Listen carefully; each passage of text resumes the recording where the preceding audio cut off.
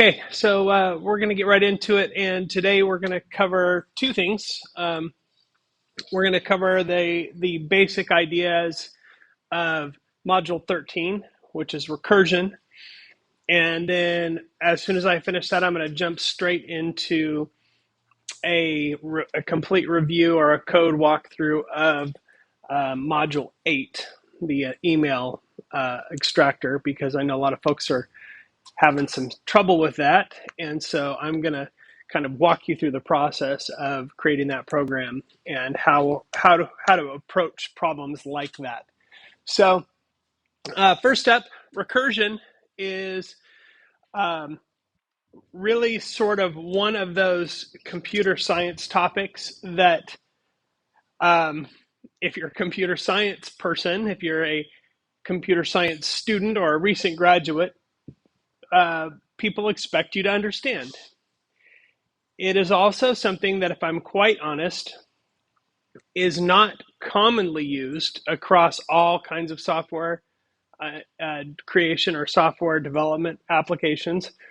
It's pretty specific, it's pretty specialized, and for a lot of people, it's pretty confusing. So I'm going to explain it today. I'm going to give you some exposure to it. But because some of you in this room are not planning on pursuing a computer science degree, it may or may not be as useful to you going forward.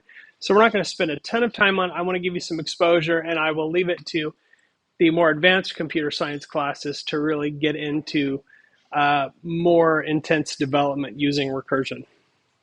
So that's kind of the game plan for today. So recursion in computer science, quite simply put, is a function that calls itself.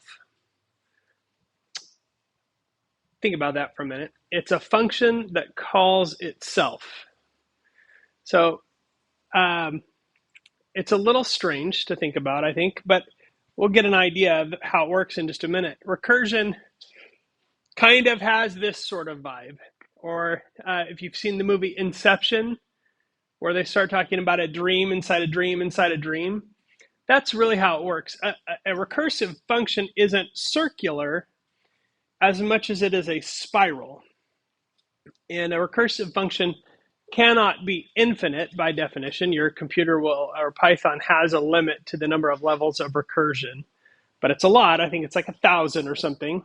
So if you can imagine 1,000 of these dolls decreasing in size.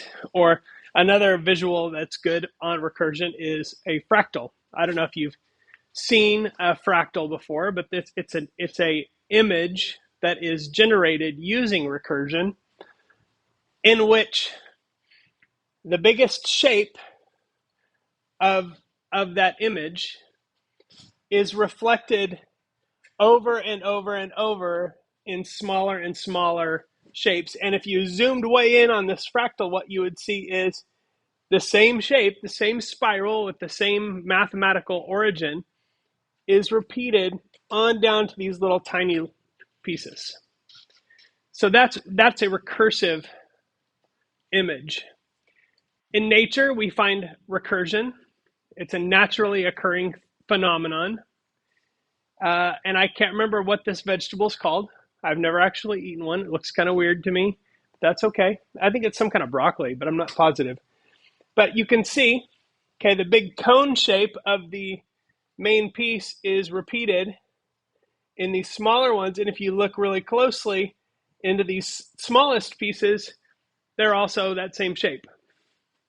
And you can zoom way in on it or zoom way out, and you see that same shape repeated over and over and over in smaller and smaller ways. In computer science, it's not as pretty unless you attach an image to it, but this is a very simple recursive function. It's a function that takes a number, an integer, prints it out, and then if that integer is greater than 0, here's the magic right here, it calls itself using that number minus 1. So if I start off with 5 here, it'll print 5, 5 is greater than 0, then it calls itself using 4. So it goes back to here, and it says 4, prints 4, 4 is greater than 0. Now it calls itself using 3. And it will keep going as long as this is greater than 0. When it reaches 0, then all of these, the innermost function will end, and then the one outside of it, and then the one outside of it. It's like those dolls that I just showed you a couple screens ago. It's as if you took the bottom half of this one and you put the bottom half of this one in it, and the bottom half of this one inside that, and the bottom half, and so on, all the way down to this one. And then you started reassembling them by putting the top halves. As those functions end, it's like putting the top half back together. So that's how recursive functions work. And they're always moving toward something called a base case, because that's how a recursive function knows how to stop. When it reaches the base case, in this function, the base case is int counter equaling 0. If it's no longer greater than 0, then we've reached the base case and we exit the function. The recursive case is here. Anytime that counter is greater than 0, we call that the recursive case, because in that case we're calling the function again. Every function must have both a base case and a recursive case. And you know you've done it right when you have both of those. And the recursive case should always move you closer to the base case. So int counter starts at any positive integer.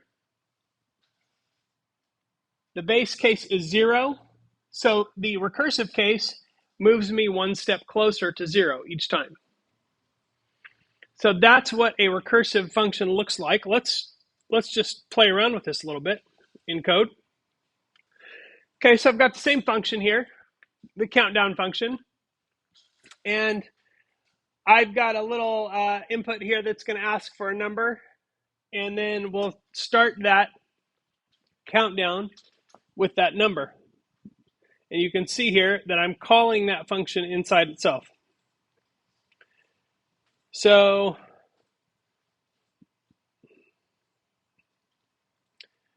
if we start with 10, okay, so there's the recursive function at work. It actually works. It starts at 10. If it's 10 is greater than 0, so it calls that same function again with 9.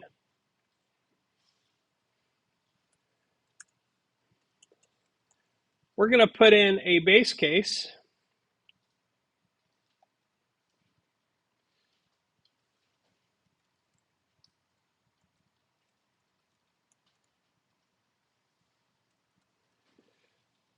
Okay, so if the function, once the function reaches that one, then it's going to print closing loop.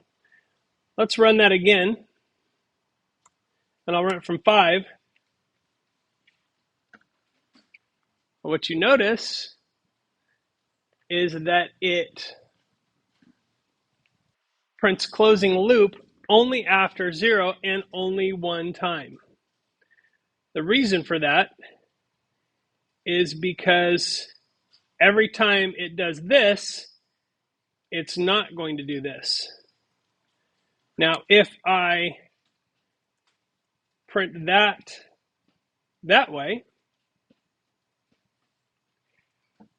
what do you think it's going to print? If I have it count down from 5, how's that going to look?